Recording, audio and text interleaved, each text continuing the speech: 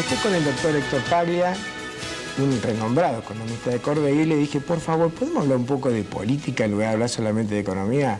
Porque todos los problemas que tenemos, que son, en alguna manera, algunos de ellos económicos, tienen siempre un trasfondo político. Entonces dijimos, vamos a hablar un poco de economía. Doctor Paglia, gracias por haber venido al programa. En contra de y le pido disculpas por sacarlo de su tema más preferido, que es la economía. Pero, ¿qué opina del discurso de anoche de la presidenta? Bueno, yo creo que esto hay que ponerlo en un marco muy amplio y precisamente lo que usted plantea en orden a la economía vinculada con la política. Hoy el 99,9% de los problemas económicos tienen su origen en problemas institucionales y políticos en la Argentina.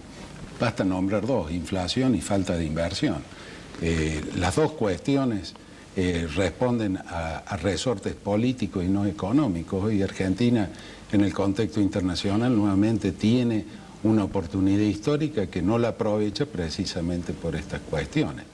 Lo de ayer realmente viene a abonar esta falta de confianza, esta falta de credibilidad, que es la que permitiría que llegaran inversiones que están buscando refugio en todo el mundo para transformarse en emprendimientos productivos. Lamentablemente no es así. Ahora, pareciera que esta fuera, si uno mira para atrás, nosotros que tenemos algunos años y podemos mirar para atrás, pareciera que esta ha sido una constante del peronismo. Cuando yo digo esto me dicen, ya se te ven los pelos de gorilón, pero no es que yo quiera atentar contra el partido peronista, simplemente que pareciera, yo dije en un momento de que esta teoría de conspirativas del poder que vuela sobre todo, ya Perón en los discursos del 47 y 48, cuando le empezaba a funcionar mal la economía, empezó a buscar enemigos ocultos. Pareciera que es una constante del peronismo. Esto de que el capital no es bueno, que lo pusieron en la famosa marchita, y después, por más que se cambien el ropaje, el interior siempre es el mismo. Siguen con el problema que tienen con el capital y con el capitalismo y con la economía de mercado. Ellos siguen teniendo adentro un yo socialista, pero de la época de los violetas, creo yo, un socialismo violeta. Sí, yo en esto no coincido plenamente con lo que usted plantea, Rubén, y creo que esto no es un problema del peronismo o del justicialismo. Creo que este gobierno ya ha dado muestras muy acabadas de que no se rige por lo que son los principios del justicialismo ni del peronismo. Tiene características propias, particulares, que le dan vida a sí mismo y que entienden el poder de una determinada forma, en la cual puede haber coincidencias o puntos de contacto con alguna época política en la Argentina, pero este es un proceso totalmente distinto a los que hemos venido viviendo y que tiene características muy particulares. Esto no significa un juicio de valor, significa que tiene un modelo a través del cual se ejerce el poder, un modelo en el cual el criterio único, la opinión única y que no existan voces disonantes es un objetivo a alcanzar para generar poder. No nos olvidemos que Néstor Kirchner asume con el 23% de los votos y genera poder con armas totalmente diferentes a las que vemos hoy, es decir, que va mutando a medida que va avanzando en su proyecto político. Entonces, en esta característica empiezan a haber lesiones institucionales, lesiones que afectan a todos los ciudadanos, ya sea en mayor o en menor grado, y que indudablemente producen una situación de incertidumbre y de inseguridad jurídica que es la que impide que en el país aflore lo mejor de sí para poder tener una realidad mucho más vivible, mucho más digna para el ciudadano. Está bien, usted tiene razón cuando plantea de que tal vez esto no es patrimonio exclusivo del peronismo, y es cierto, a mí Perdón, yo le digo que esto no es peronismo. Está bien, si nosotros está bien, yo lo reconozco, para ello me pasé de vuelta. Pero le voy a contar una sola anécdota, para que usted vea que el patrón fue establecido hace mucho tiempo. En el año 1949, por decreto, el general Perón estableció que en 1950, a partir del 1 de enero, todos los diarios del país debían poner arriba de la primera plana la fecha, el mes, el año, y a continuación, año del Libertador General San Martín, porque se cumplía el centenario de la muerte de General San Martín.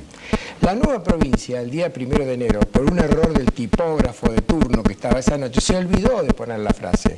Perón lo cerró por 2 años, no porque se olvidó de poner la frase, lo cerró durante 2 años porque la nueva provincia era opositora al gobierno de Perón.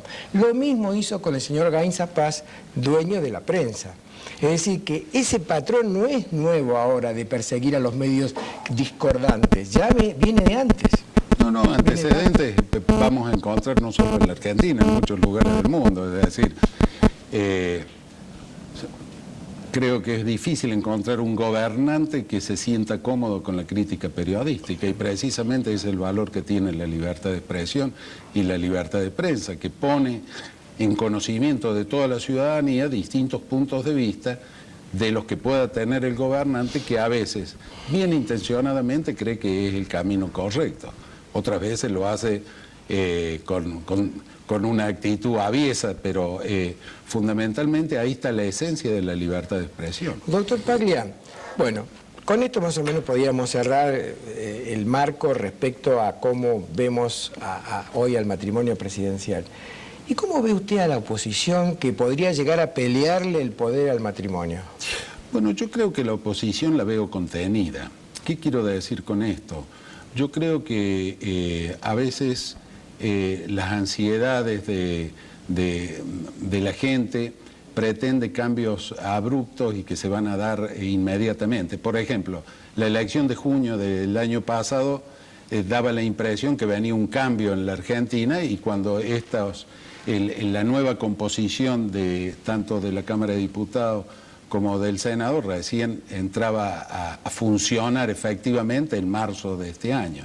Y creo que frente a ese panorama que usted bien describió de cómo funciona el Poder Ejecutivo, un Poder Ejecutivo que realmente tiene mucho poder, valga la redundancia, hay sectores de la oposición que yo creo que están diseñando un camino a seguir que todavía no se ve aflorar, que todavía no se explicita, lo cual no los exime de responsabilidades frente a cuestiones puntuales que hemos visto con cierta sorpresa en votaciones en el Congreso de la Nación. Pero creo que es una oposición cauta, es una oposición que está buscando el momento y previamente lograr acuerdos muy profundos para poder esbozar una alternativa de poder. Ah, bien. Bueno, hemos hablado del matrimonio, hemos hablado de la oposición. Teniendo en cuenta que de esa clase dirigente también forman parte los empresarios y los sindicatos, ¿cómo ve usted a la sociedad argentina, en la cual están todos metidos y ahí salen todos? Pues yo creo que lo que nos pasa no es solo responsabilidad de la clase política o de la dirigencia política. Creo que también la dirigencia empresaria, la dirigencia sindical, la propia Iglesia juega un rol, y un rol importante, y que muchas veces no es el que debería ser. Vemos a veces situaciones que se dejan pasar, que se mira para otro lado, y cuando vienen por uno recién hay reacciones. Entonces, en esto hay una deuda de toda la clase dirigente, porque un país funciona con políticas de Estado, y las políticas de Estado es el diseño consensuado que hacen todos los sectores de la sociedad, y para eso debe haber un aporte desinteresado por encima del interés particular en pos del bien común. Eso no lo hemos visto. Entonces vemos conductas que son tardías a veces, vemos conductas que se rigen por el miedo, vemos conductas que se rigen por la conveniencia personal, y en la medida que esta postura de egoísmo, que es una de las características, quizá uno de los defectos que tenemos los argentinos, no se supere, va a ser muy difícil poder producir el cambio cultural que necesita el país. Fíjese, lo decíamos recién fuera de cámara, acá no hay que esperar que un cambio de gobierno vaya a producir el milagro. Acá hay cambios culturales que se han operado en la sociedad argentina muy profundos, que van a sobrevivir a la etapa kirchnerista y que va a haber que trabajar mucho para poder reencauzarlo y para establecer pautas de conducta que merezcan ser tenidas en cuenta para asistir a un cambio social importante. Perfecto, muy redondo. Doctor Paglia, gracias por haberse salido de la economía y hablar de política. La verdad que es muy interesante. Gracias por haber venido al programa. Al contrario, gracias a usted.